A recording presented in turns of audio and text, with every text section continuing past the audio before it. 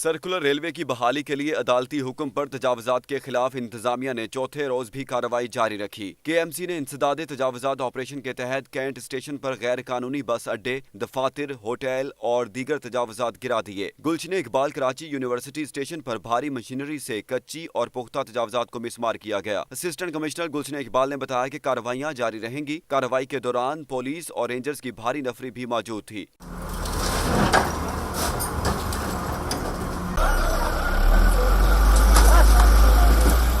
ضلع شرقی میں 20 کلومیٹر میں سے 11 کلومیٹر کے ٹریک پر تجاوزات قائم ہیں۔ اب تک 4 کلومیٹر ٹریک سے تجاوزات کا خاتمہ کیا جا چکا ہے۔ گلشن اقبال کے بعد گلستان جوہر کی بھی باری آئے گی۔ رواں برس فروری میں سپریم کورٹ کراچی رجسٹری میں جسٹس مشیر عالم کی سربراہی میں جسٹس فیصل عرب اور جسٹس عمر عطا بندیال پر مشتمل 3 رکنی بینچ نے تجاوزات سے متعلق کیس کی سماعت کی تھی، جس میں تجاوزات کے خلاف آپریشن جاری رکھنے کا حکم دیا گیا تھا۔